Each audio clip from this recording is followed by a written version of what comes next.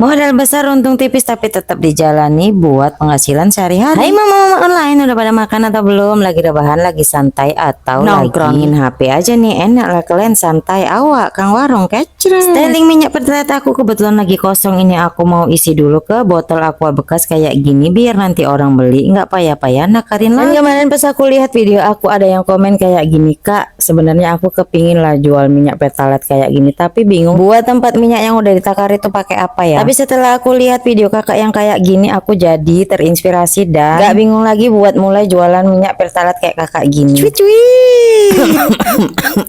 Perasaannya kayak gimana gitu ya, senang bisa menginspirasi orang lain untuk memulai jualan ataupun usaha walaupun cuman kecil-kecil. Gak usah malu, gak usah gugup ataupun gak usah grogi, biasa aja. Yang namanya usaha itu dimulai dari yang kecil-kecilan dulu. Setipis apapun usahamu ataupun setipis apapun modalmu, yang penting pandai-pandailah kau ngatur usahamu kayak mana biar bisa maju. Kuncinya satu, jangan dibiarkan orang ngebon itu nggak boleh. Gak ada cerita yang namanya segan-segan. Iya dulu aku baru buka warung memang kayak gitu, segen aku kalau orang berutang nggak dibayar-bayar. Tapi kok nggak perasaan, pura-pura amnesia, dia tiap ke warung itu biasa awak aja. Mau nagihnya itu mau keluar dari bibir awak pun berat kali rasanya, kok kayaknya nggak sampai hati nagih utang orang.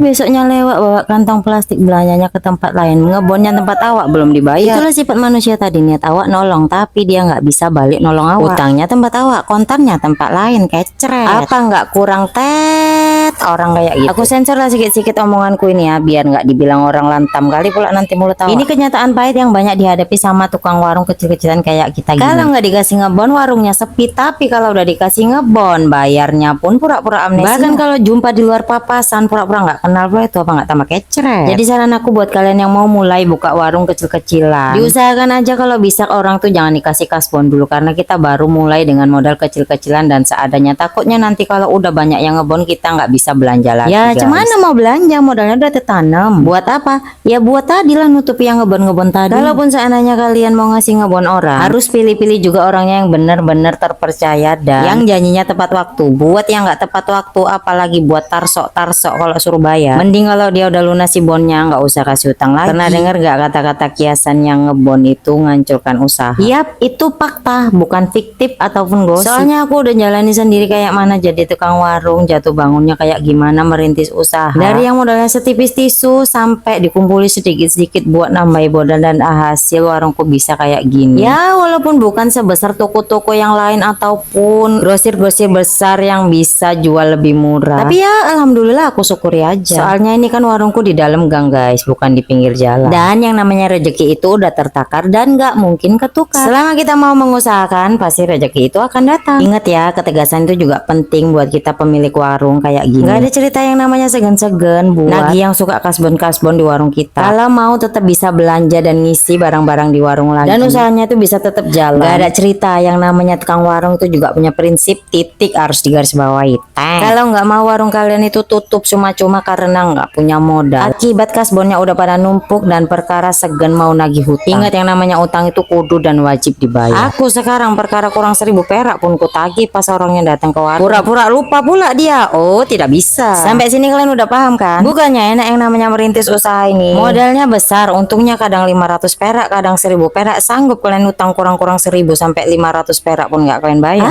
Tapi ya udahlah, udah capek pula aku merepetnya. Pas kali udah selesai nyusun nih barang-barang, aku mau nyemil-nyemil dulu kue ini. Aku beli sebungkusnya 10.000 perak, isinya ada 9. Banyak sih tadi macamnya, tapi aku request isiannya tuh cuma donat sama putu ayu kayak gini. Rasanya enak, lembut dan manisnya pas. Ini udah aku order sama langganan tukang kue aku. Ya udahlah kayak gitu, udah capek aku merepet. Sampai jumpa di next video. Bye bye guys.